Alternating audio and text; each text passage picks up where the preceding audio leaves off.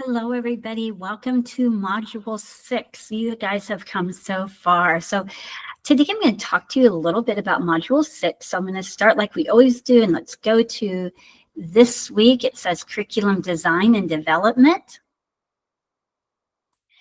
And we're going to look at our aims first. So what is it that we want to learn in this module? Number one, we want to explain the key models and theories of curriculum implementation. So this week, we're really talking about how do we implement curriculum. We want to analyze how implementation affects curriculum outcomes. And I hope what you'll get this week is that how you implement it. You can write a great curriculum, you can design it and evaluate it. But if you don't implement it well, then it will fail. So it has to be implemented well. You're going to look at read about factors like teacher agency, the leadership capacity in your district, in your school, the school culture, stakeholder involvement. How does that influence implementation? And then we want to apply implementation concepts to extend your curriculum plan. And so that's what our aims are. So this week again, how do you implement curriculum? For the Learn section, we are going to be reading here. I'm going to start my module here. There are 2 articles that you can read, and I wanted you to read these articles so you would get an understanding of research that shows how curriculum was implemented. And so this is actually something that you could do as a dissertation topic.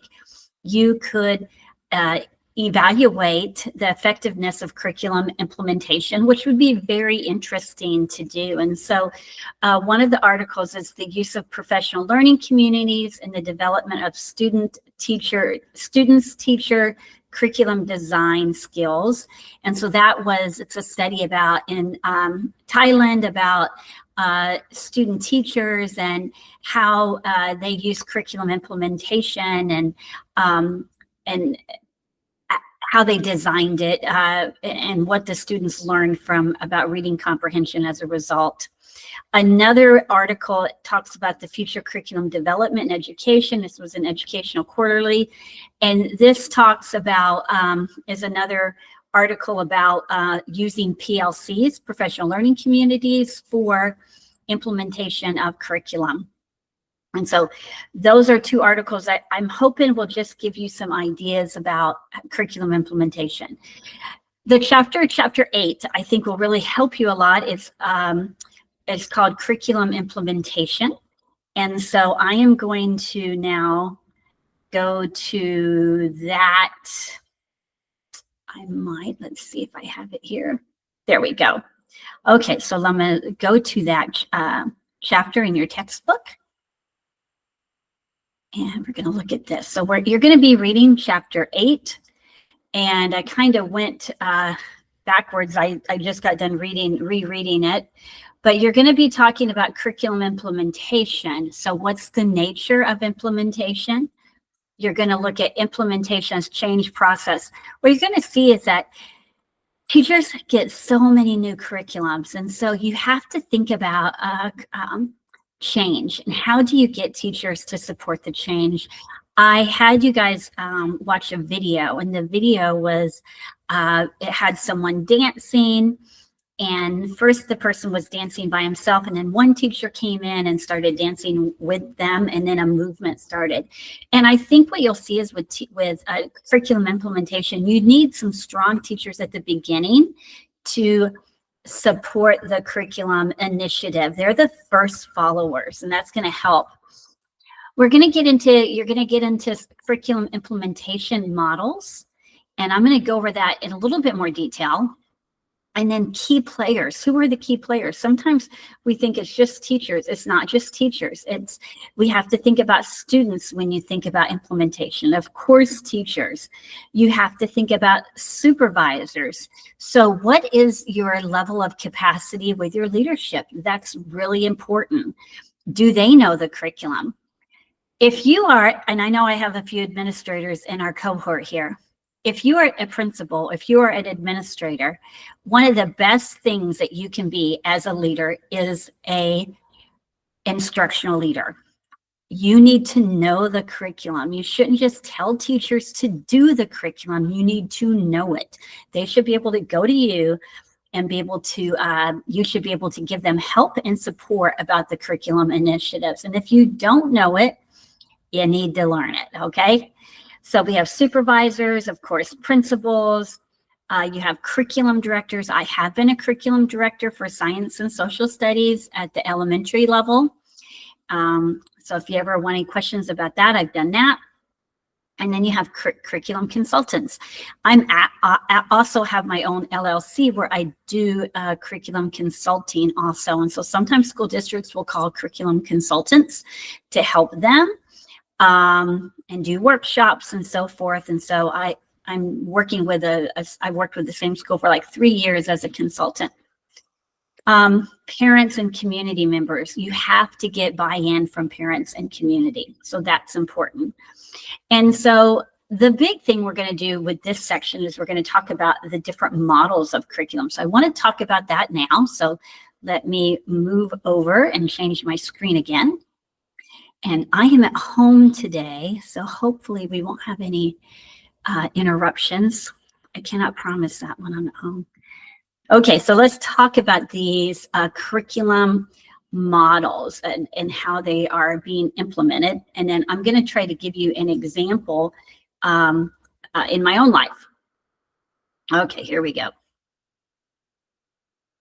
So hopefully you can see this. Okay, here we go. So curriculum models.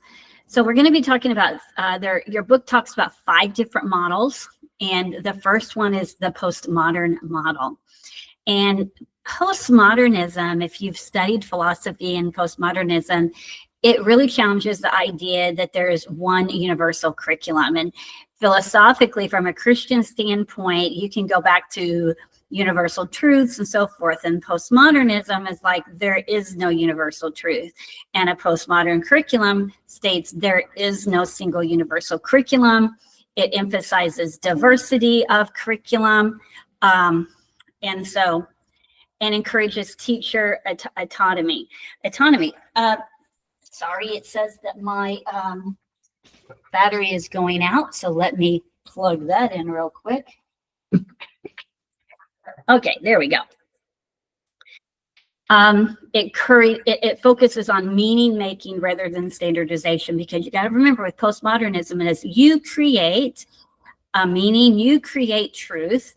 And so that's postmodernism. So if you think about postmodernism, it's like this big puzzle piece where all of these different pieces fall together, and you are getting you're constructing it. An example, a high school in a multicultural urban area adopts a flexible literary curriculum. They don't have a prescribed text set, but teachers and students can select reading from lots of different cultures, including local voices, African-American voices, global text, and students critically analyze multiple perspectives. They might do projects, linking it to their own lived experiences. That's an example of postmodernism curriculum. I can't say that that's used a lot in public schools, but it is an example.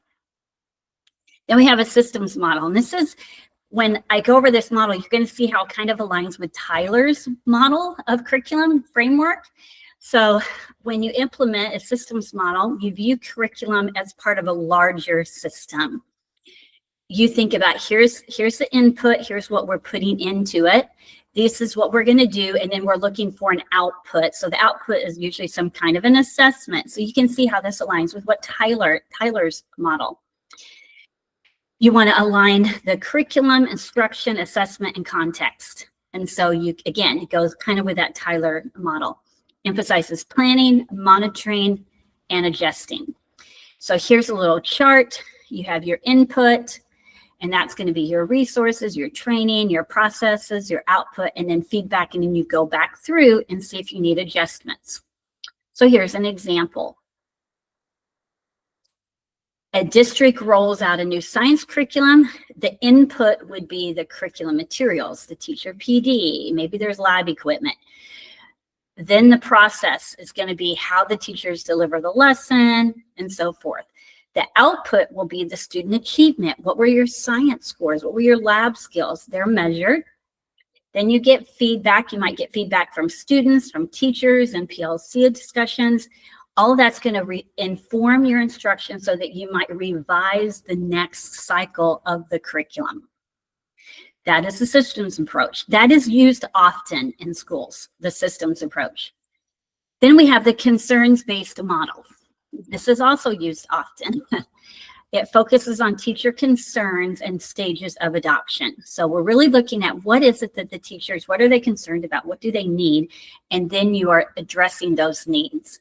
Implementation is based on the needs of teachers' beliefs and their readiness. It includes stages of concern, addressing those concerns that the teachers have, levels of use, how are the teachers using it, and then innovation configuration. And so can we innovate this? Can we change this? So here's some of the steps.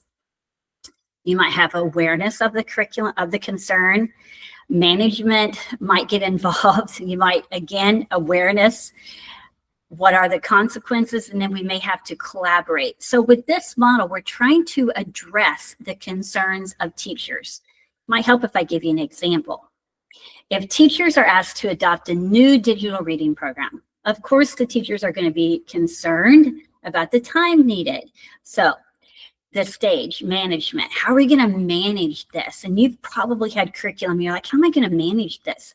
Others wonder, well, how's it going to impact? Is this digital model really going to help student learning? You might think, I don't think putting kids on Chromebooks is going to help. That's the consequence stage. Professional learning, then you have professional learning and coaching's provided to address those levels of concern. And over time, the teachers experiment with advanced features and share the strategies. You have more collaboration and refocusing. So this is also used a lot in schools to try to address the concerns of the teachers. Then we have an organizational model. This applies organizational theory. You're going to emphasize collaboration, the leadership. You want a shared vision with the leadership. So the district officials, the school officials, the teachers, we want everyone to have a shared vision. We're going to focus on long-term improvement, not on quick fixes. We want to build a culture of trust. In the organizational model, everyone has these shared goals.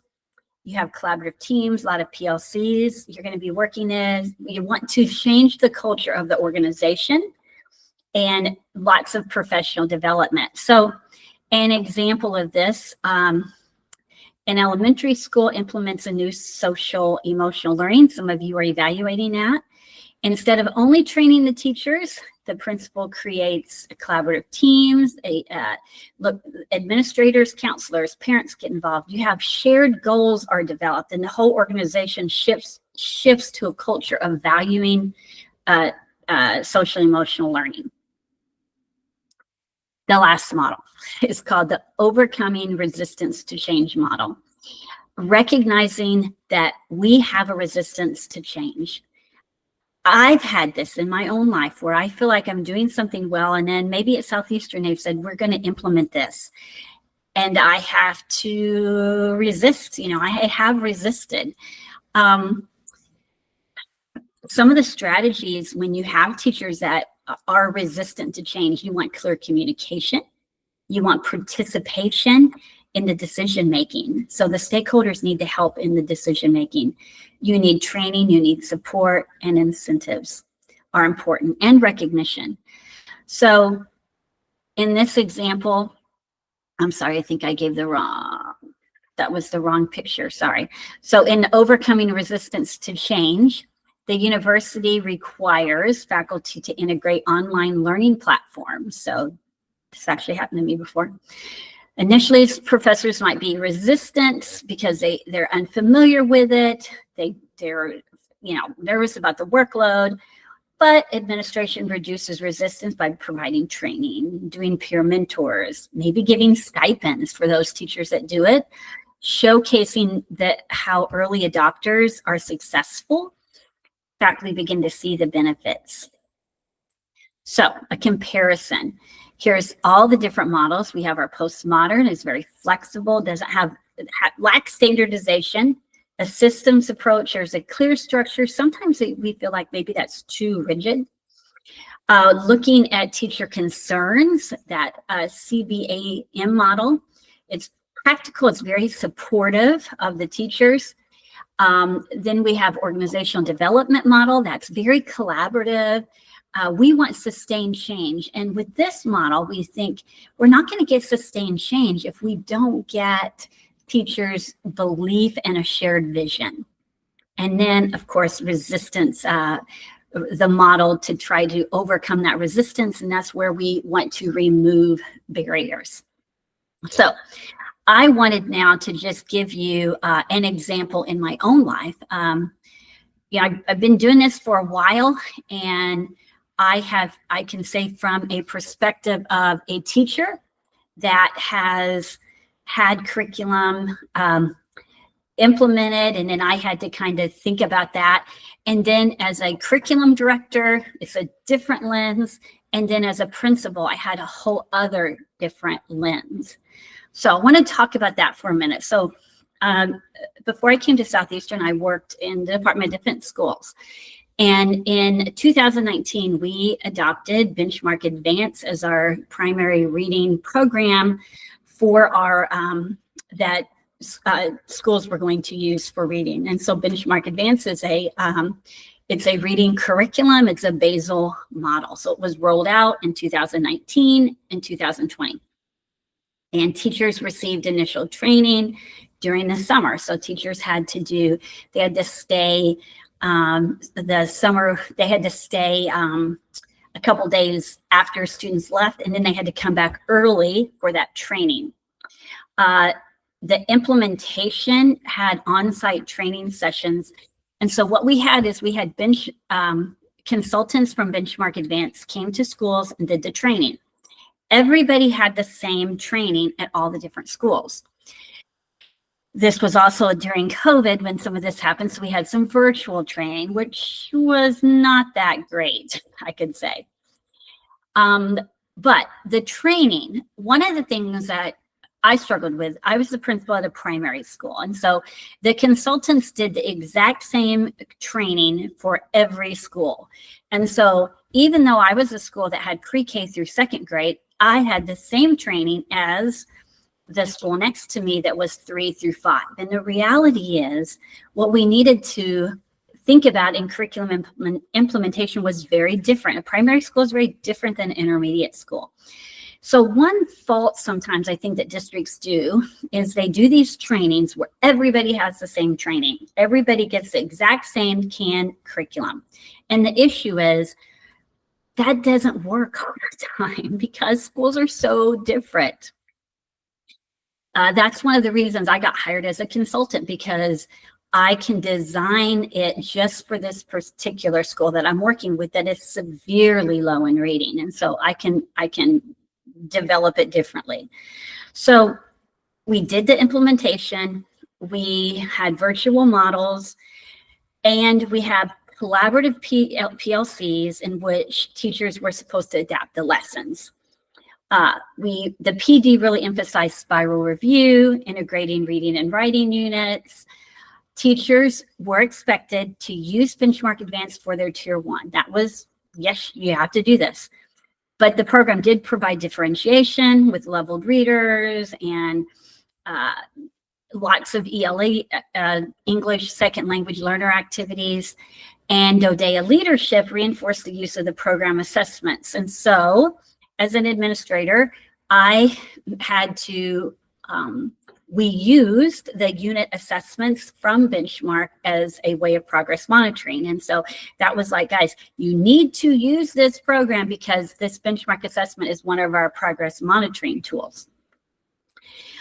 DODEA did provide pacing guides for the teachers. So that's where your curriculum specialist. So those of you, if you decide you want to go on a district level, or you maybe are at a district level, you could provide those pacing guides. So he would have your pacing guides that align with Benchmark Advance. So teachers would know what they were supposed to, where they were supposed to be at each week. In Department of Defense, they call it instructional systems specialist. That's what I was. It's like a curriculum director, the same thing, would go into schools and support teachers. I do think one thing that it lacked is, it's one thing to do a training with teachers, but what most teachers really need when you think about curriculum implementation is they need someone to go in and model it for them. And so I think with this implementation, we did lack that. Then in 2020, 21, we got data where we got feedback from teachers, and that feedback showed that the teachers are like, hey, we need some flexibility. You telling us that we have to be on unit 2 on this week is too much for our struggling readers. So we continued, DODEA continued to refine the process, and because of research about the science of reading, was like, okay, we adopted this. And this is what happens a lot of times, guys. Districts will adopt something and they've paid all this money for it. And then they realize, wow, maybe it's not as good as we thought it was. But man, they've invested this money. So if they've invested this money, they're going to use it. So that's kind of what happened with DODEA. Benchmark, it has some good things in it, but it lacks explicit systematic phonics instruction. And so teachers were actually under the table, like hiding and using programs like UFly and Heggerty and real explicit phonics instruction. And DODEA saying, no, you need to use Benchmark. Well, the teachers were right. They did not, the program did not have explicit phonics. And so now DODEA is kind of looking at that and saying, yeah, we need to supplement it. So you might have this main program, but no one program's perfect. So I really feel like looking at how DODEA implemented it with a systematic, system-wide instruction, adoption, structured pacing guides, we had fidelity implementations and so forth, that when I look at all of that, I really feel like that was more of like a systems approach. But then we also really looked at teacher feedback. So why am I going through all of this? Well, this week, you have 2 assignments. And so let's talk about those 2 assignments. So for your discussion post, I accidentally got off of here. You guys are so lucky. My husband and it's Sunday afternoon and I think everyone's asleep in there. Everyone gets to sleep but me. I don't think it's fair, but it's okay. Okay, so you have 2 assignments and I'm going to share my screen so you can see the 2 assignments. So the first assignment is your discussion. And for this, you can do a video or paper. Either one is fine. You choose, okay? Video or paper, whatever. As I put, curriculum design often looks great on paper, but implementation is a very different story. Identify a curriculum or program that you've seen implemented in a school, a university, an organization. What were the barriers for implementation?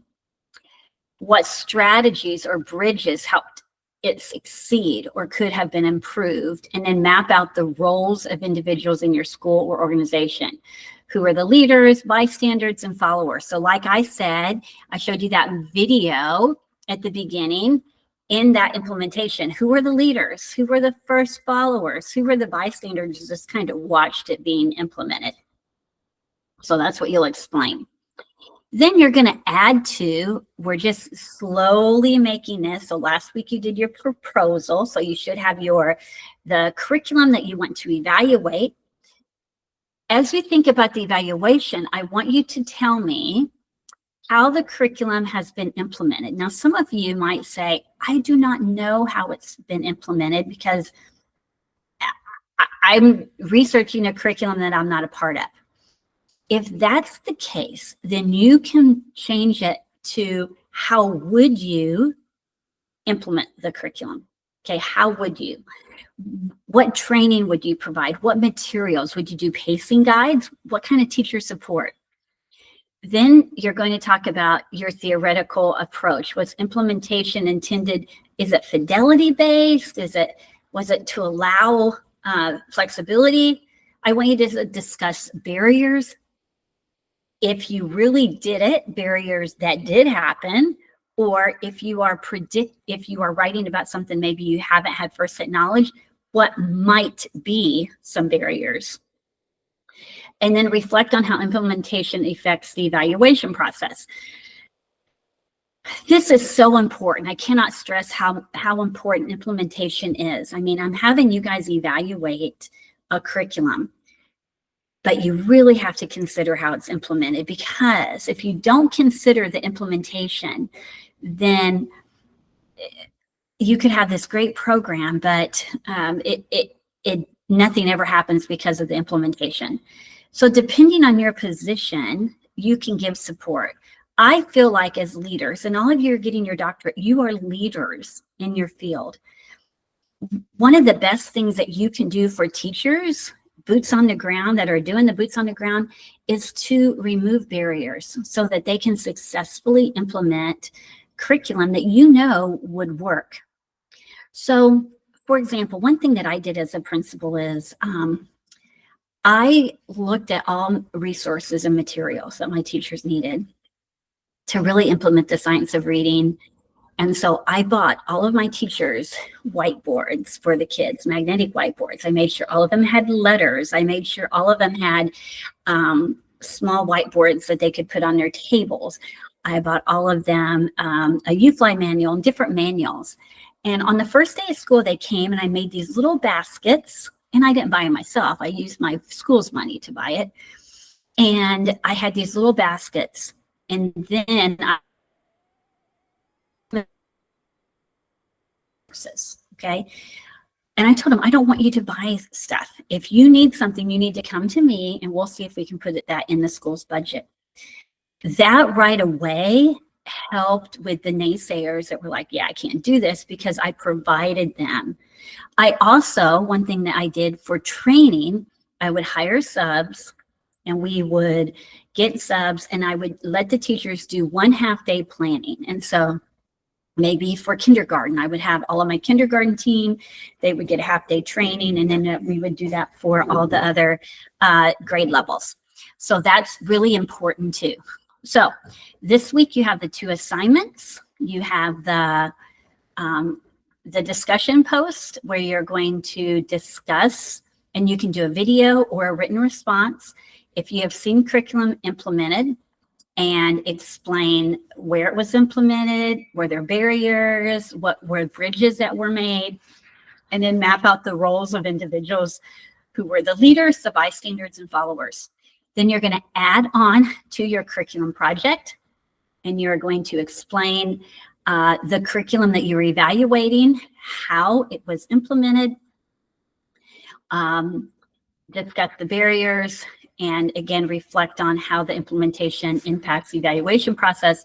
If you are doing a curriculum that you did not actually implement or be a part of the implementation, then you can write that in a way, what would you suggest to do?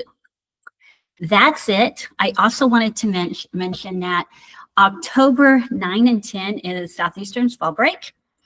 And all of my kids, all 3 of my adult kids, are coming home to their mommy. I'm so excited. We haven't all been together in a long time. And so I'm not going to have online office hours on Thursday. And I'm going to be a little out of pocket Thursday, Friday, Saturday. Those 3 days. And then when my kids go back on Sunday, I'll be checking email. So if I'm not as online as usual, that's because I'm enjoying time with my 3 older sons. And if you're a mom of boys, you know, when they come home, you got to take every advantage to be with them. So that's me. Guys, it's week 6. You only have 8 weeks. I hope this class is being helpful. I hope you're learning something. And thank you, and have a good week.